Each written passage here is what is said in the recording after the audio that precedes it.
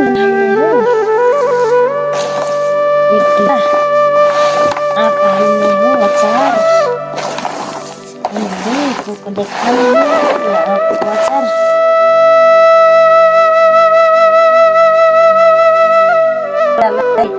अनि यो पनि मेरो बुढालाई यो मेरो छोरीलाई यो मेरो फेरि छोरा बाबुलाई यो फेरि कोही गाउँले इष्टमित्रलाई दिने हो। तिमी पनि खान्छौ बाबु आँपको अचार?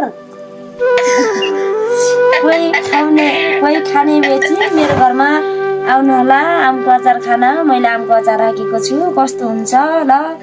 यो चाहिँ अब सबै फ्यामिलीको लागि बनाएको हो मैले अचार। अनि मेरो फ्यामिली अहिलेसम्म खाने भएपछि मेल पानीमा आउनु होला है।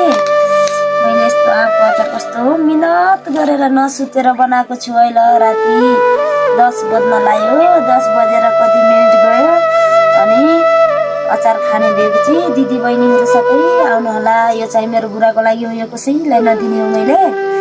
यो पनि बुढाको लागि हो, यो छोरीको लागि हो, यो पनि नखल्ने, यो हामी घर फ्यामिली गर्ने खाने हो। यतिकैमा म बिदा हुन्छु। हस् त, नमस्ते।